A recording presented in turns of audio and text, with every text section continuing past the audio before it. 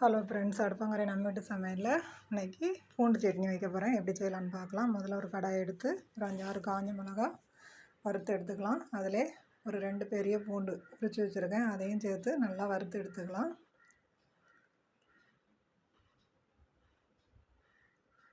தக்காளியை இது மாதிரி 2 கட் பண்ணி அந்த எண்ணெயிலேயே போட்டு தோல் உரிக்கிற அளவுக்கு வர்ற அளவு அதில் கொஞ்சம் புளி போட்டு அப்படியே மூடி வச்சு வேக வச்சுருங்க.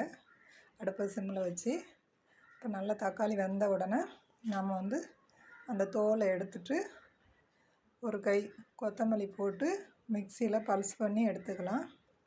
சூப்பராக இருக்கும். கொஞ்சம் காரமாக தான் இருக்கணும் இந்த சட்னி, பூண்டு சட்னி. அதனால் வத்தல் கொஞ்சம் அதிகமாக போட்டுக்கோங்க. இப்போ நம்மளுடைய பூண்டு சட்னி அரைச்சி எடுத்தாச்சு. அதை தாளிச்சிக்கிடலாம். கடுகு உளுத்தம் பருப்பு போட்டு கருவேப்பிலை போட்டு அரைச்சி வச்ச பூண்டு சட்னியை ஊற்றி நம்ம தாளிச்சிக்கிறோம். தோசைக்கு இட்லிக்கு சூப்பராக இருக்கும். சாதத்தோடு கூட பெசரி சாப்பிட்டுக்கலாம். அந்தளவுக்கு டேஸ்ட்டாக இருக்கும். நீங்களும் இது மாதிரி செய்து பார்த்துட்டு எப்படி இருக்குன்னு கமெண்ட் பண்ணுங்கள். ஃப்ரெண்ட்ஸோடு ஷேர் பண்ணுங்கள்.